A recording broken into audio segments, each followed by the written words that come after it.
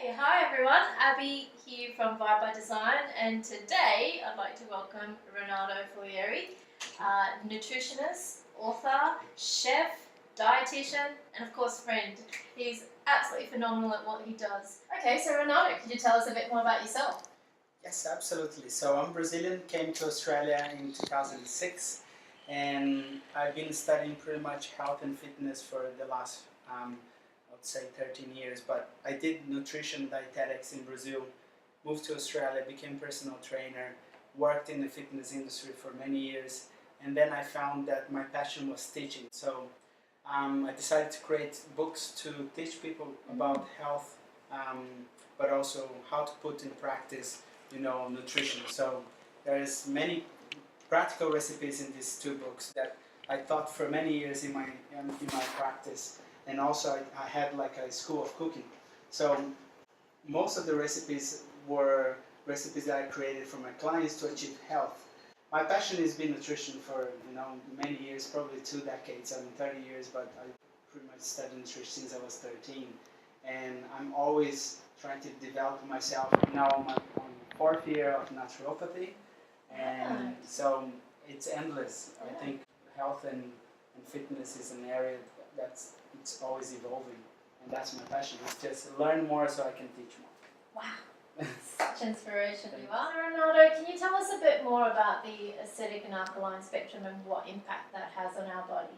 Yes, so I've been studying water and alkalinity for many years, and also the impact of acid in the body. So if you understand acid alkaline, we have two different things, right? So alkalinity in our body, it's what our bodies are made of or prefer. Our blood is 7.2, which is lightly alkaline, and when we become more acidic, our body actually starts to become more let's say inflammatory, more prone to inflammation, which is not a good state. They start to turn towards disease, and a lot of research now sees the same thing. When you have an acidic state, you are more prone to everything, infection, but also a host of parasites, fungus, candida for example lives in an acidic state, and that also reduces our capacity to produce energy. And so alternatively, if you are on alkaline state, which is the easiest way, is drink alkaline water, you flush the toxins, you oxygenate your blood, so you turn that more into energy, physical energy. You have amazing capacity to also regenerate your cells and to protect your DNA against damage. So it's the best way to, let's say, stay in a healthy state. But in reality, it's in our world where we live surrounded by acidic things like animal protein, sugar, refined carbohydrates. Most people live in an acidic state, and if you are in an acidic state, you have less oxygenation of your blood, you have less energy. So if you drink alkaline water, first you are sending the main fluid to your body straight away, alkaline, to wash away all the excess acid, and that will put your body in the perfect state. Then you can eat alkaline foods, which are green vegetables, most vegetables are. That will help to also maintain that level. So how can we actually ascertain where our alkalinity is, from day to day? Is there a way of testing that? Yes, so there is, the chemist ones, that is the pH sticks, which is the most obvious ones they use for diabetic patients, but now you can also use for anyone that wants to see where their pH is. The best way is use the urine, not the saliva, because saliva is normally neutral. So if you do the testing on your mouth, it will show about 7 anyway. The best way is to take the urine sample, or you just pee on the stick, literally, and then you see the scale of acid alkaline pretty much on the bottom on the box. And you can see where you at in that time of the day. So basically some people are acidic first thing in the morning because you've been sleeping, and let's say the urine is very concentrated in the morning. And then once you drink the alkaline water, you might have a different pH throughout the day. So it would be interesting to see first thing in the morning, mid-morning, lunch, mid-afternoon, and night, to see if you can maintain that alkaline state. That would be the ideal. What would you say would be the optimal routine then for somebody to maintain that level of alkalinity throughout the day? I think the best way to start the day is with a good quantity of water, preferably alkaline, because that will put your state first thing in the morning in that alkalinity state. I would say 500 mils is the minimum to a liter. I normally recommend first thing in the morning a liter of water straight up, because water has this amazing capacity to detoxify the body, and alkaline water detoxifies everything. So if you are being a bit toxic throughout the night, which is where normally the body has the capacity to detoxify because the liver works overnight. So when you do your first pee in the morning, it's very toxic. So if you drink a lot of water, that will help to flush the excess toxins that's still residue in your stomach, in your bowel, in your bladder. So 1 liter of water, empty stomach. Then you go probably for another half an hour without any food. Then you can have your first meal for the day or not.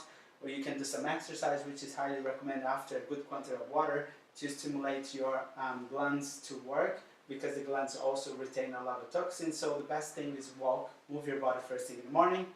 Then another liter of water throughout the morning. So I would say 2 half liters would be ideal, or a whole liter just before lunch.